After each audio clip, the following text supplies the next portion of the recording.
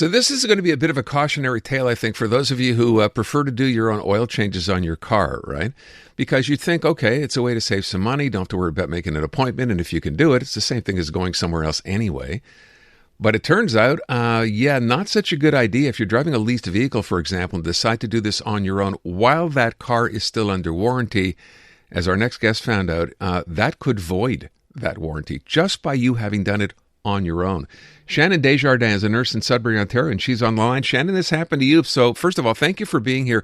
Can you just give us a quick setup to, first of all, why you decided? Have you been doing this oil change stuff on your own forever? Yes, like on this vehicle. Thank you for having me, for starters, Aaron. I've done, like on this car, I've done all of my oil changes. And as well, I will add that it was confirmed with the service manager where I bought it, whether or not I could do my own oil changes. And of course, everything was verbal. I was told yes, as long as I kept my records. And as well as, in my lease agreement, it says nothing that I cannot do it. It tells you to refer to your owner's manual. And in the owner's manual, it basically tells you that if you're not bringing it to a Subaru expert and you're doing your own servicing and maintenance, that you follow the right guidelines, use the right oil, etc., which I did. So I wasn't aware of the first part. You actually checked with the service person at the dealership to see if it was okay before you went ahead and did it? Yes, I did. That was like right after, before my first oil change was even due. I called to verify whether or not I was allowed to. So they gave you a green light? Yes.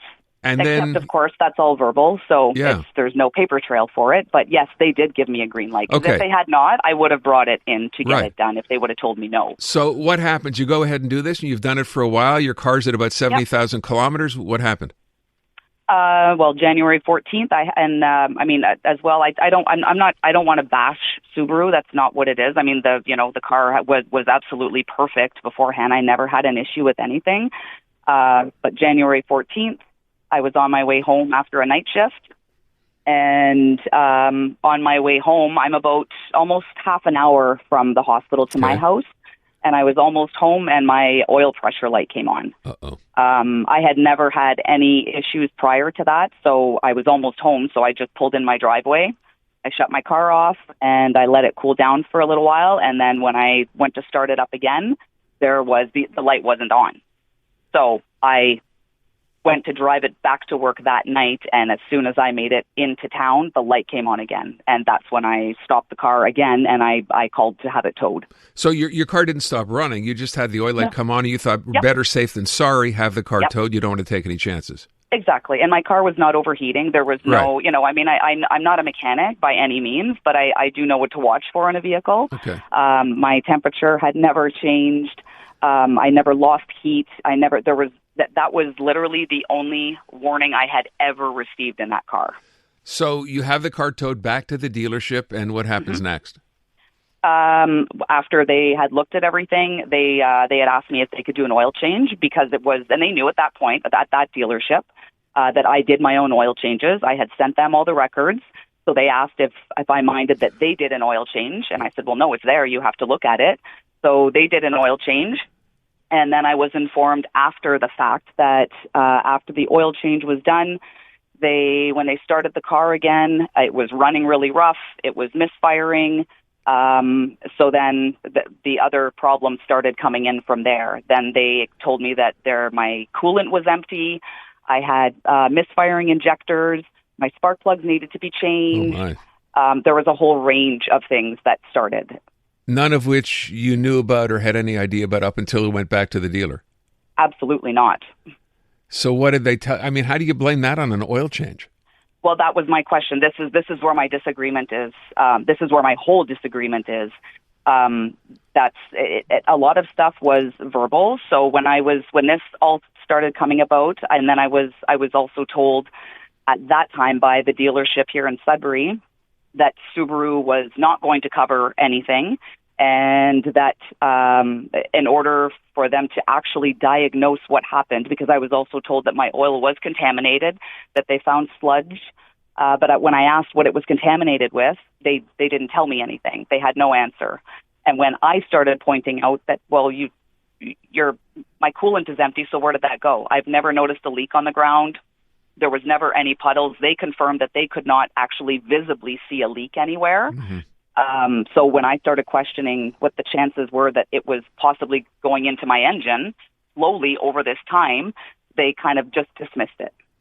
So at the end of all this, what ended up happening? Did you have to pay for all these repairs? Did you get rid of the car? What was the final result? Oh, well, the result is that the car is actually sitting at a dealership in Sudbury. I don't even have it in my possession. I'm still paying for it. I have been paying for it for tomorrow will be 7 months, along with full insurance. And I have not actually heard anything back from Subaru. I've sent emails to Subaru customer care. When this all started happening with Palladino, I reached out to customer care, and I was actually told that because the dealership was dealing with it, that they would appreciate if I continued dealing with the dealership, and nobody wanted to get involved. So your car has been sitting at the dealership for 7 months, not being repaired, while you still pay for whatever your lease and your insurance, and nothing is getting done. No, the option that I was given from the dealership here in Sudbury was that for them to actually diagnose if that's what the problem was, that it was going to cost me about $4,500 to have my engine torn down. Which I disagreed with. I said I don't agree. I don't think that I should have to pay this kind of money for something that it's kind of, to me, it was evident that, this has nothing to do with any oil changes. And please, the dealership here in Sudbury, they never said anything about, it's because you did your own oil changes. This is when it went back to a Subaru rep in Barrie, that the Barrie rep had said, nope, we are not covering anything because the owner performed her own oil changes. So where are we on this right now? 7 months later, where do you, what's next for you with this car? Well, to be quite honest, I've had to, and I couldn't do it. However, probably maybe a month ago, I ended up having to buy myself another vehicle. And that wasn't me that bought it. It was my husband that had to put it in his name because I'm still financially obligated to this vehicle. And, of course, the bank was not going to approve me for another car loan. That's crazy. Everything is up in the air. The car is sitting at that dealership where I bought my vehicle from, and I wasn't able to trade it in because when they looked at it, that's what they said. They said the engine is finished. So your car is basically in no man's land here as it stands right now. Yep. Yep. That's insane. Stay where you are. George Genie from the APA, the Auto Protection Association, is on with us as well. George, you heard the story, and I know you're aware of the story. So what happens in a case like this? It's kind of like, I'm not going to deal with it, but if you want your car back, you're going to have to deal with it. What are her options here? And by the way, have you heard of this kind of stuff happening before? Yes, maintenance records. Car makers ask for them all the time, and will frequently, if you don't have paperwork, refuse a valid claim for an engine failure, even when the failure is not related to a lubrication failure. So if you're driving a Hyundai or a Kia, those vehicles have a very serious factory defect that could cause the engine to pretty much blow up, and the warranty extension is for 10 years or 200,000 kilometers. It's a big offer from them, but they will ask you, in Kia's case, oil change records going back to before you owned the car in some cases if you bought it used. So it's very important to keep those records. That's not just for a do-it-yourselfer. And the maintenance item that most frequently leads to a rejected claim is oil changes. So if you're driving on bald tires, it's not safe, but it would be unlikely to result in a rejection of a warranty claim, let's say for a suspension part. But if you can't provide paperwork for oil changes, it could. So if you have been casual in the past, keep them now going forward. Second is you got to follow the oil change interval from the manufacturer. In some cases, they're too long. So I don't know what Subaru is offering here, but if you're doing them, once a year or less even, it's not often enough for our climate. You should probably be in twice a year, even if you're not driving, very long mileages. In this case, I would say one of the failures was, I guess the dealership initially wasn't thinking the claim would be refused, because normally if you were going to do an oil change in a situation like that, where you really don't know where you're going, they came in, you didn't come in for an oil change, you came in for a lit engine light, which is definitely serious, a red light. then they should have kept a sample of the old oil. And for a small fee, they could have got a test. They would have showed them, for example, if it was coolant leaking into the oil, you would see that right away, and that would ruin an engine. It will gum it up quickly, and it's not related to oil changes. It's a coolant failure. It's a head gasket issue usually on a Subaru when that happens. But they didn't give her any information with respect to what it actually was, right? When it came to either the coolant or the oil. Are you describing a situation, George, where she's out of luck, basically? No, it's a good claim. You have a valid warranty if you're still under the warranty, but you need to get things on your side, probably get the vehicle out of there, find an engine specialist. And the only issue will be that if you don't have an oil sample, Shannon did mention having some records of her oil changes that she did herself. Then maybe a good shop would be able to see by looking at the deposits on the engine parts whether there's evidence of coolant-related damage. That might help to make your claim. But she also mentioned, George, she also mentioned, though, that the dealership did the most recent oil change. Yeah, that's not going to help, though, because that's just brand new oil. Right. So how do you prove what was there before? You have to look at the parts and see if they're showing damage. There may be coloration or something. A good shop might be able to tell by looking at bearing surfaces or piston rings to see if things are stuck. All right. Coolant was so in the engine. Your advice to Shannon, would be what exactly? Well, there's two sides. One is technical. You need to get a handle on what exactly happened and find a place that could do a less expensive repair than maybe the dealer with a brand new engine. Maybe you get a used engine from a comparable Subaru. That might get your repair down to, say, $7,000 installed. And then you have to look at what kind of claim you can make. By the way, in Quebec, it's no one can prohibit you from doing your own maintenance. You're allowed to. Yeah, well, just that you might have to keep records. The law says it clearly. Yeah. Unless I'm giving you free oil changes, I can't make you use a particular shop. Right, but she's in Ontario. I know. But So I mean, you'd argue that Shannon's checking with the dealer. She got the correct answer, which is that do-it-yourself. There is no prohibition anywhere in Canada on do-it-yourself repairs.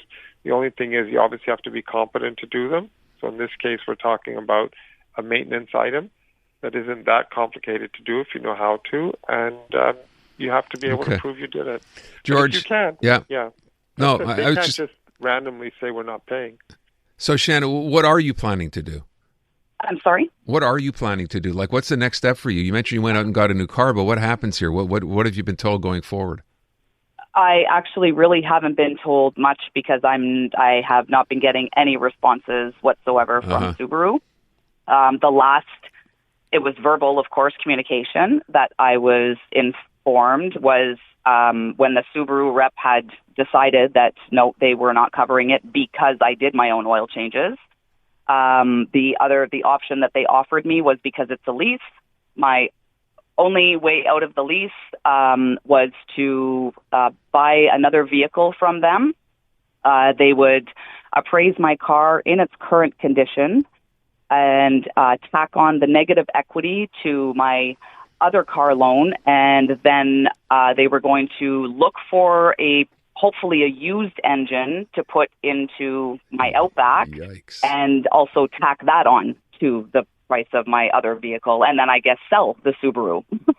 Wow. So basically, that's double billing because they're charging you. Yeah, and that's what I said to them. I said, where is this reasonable or logical? I said, this makes no sense whatsoever. I said, I'm not okay, and I'm not comfortable with that. I said, I've been making my payments. I said, I've provided everything that I can, and it was still just a verbal, nope, I don't even have a case number or a file number. I don't know. Maybe at this stage it's worth getting someone involved legally. You know? Well, I was willing to, I wanted to try and do this, as much as I could on my own, trying to, here, you want this? I'll give you what you need. You're asking for this? Sure, I'll give this to you. Whatever the dealership was asking me for, I provided to them. And the first time that it was ever, that it was ever pointed in the direction nope, we're just not, and nobody even ever said, oh, this is the problem because of your oil changes. It was just, plain and simple, we're not covering because you did your own oil changes. I'm going to run. I'm out of time already. I want to follow up on this with you at some point in time down the road and find out what happened. So listen, thank you, first of all, for sharing your story. Now, I've got a couple of texts from people saying they're in similar situations with dealerships as well over maintenance. So there you go. This is why I wanted to do what I did, because it's made me very sick to my stomach about it and not comfortable when a consumer's paying a lot of money, and this is what's happening. Shannon, we'll follow up with you. I thank you for the time. I appreciate it. George, thank you for your time. Hey, I'm Ruby Carr, the host of the podcast Encore. Check out our brand new episodes featuring music from the show that everyone is reheating as we speak, Heated Rivalry. Join me as I go behind the songs that brought Shane and Elia together. I'll tell you the stories of Feist, My Moon, My Man, Wolf Parade's I'll Believe in Anything, and Tattoos, All the Things She Said, and how they all became a part of this global phenomenon. Stream Encore on iHeartRadio, Crave, or wherever you get your podcasts.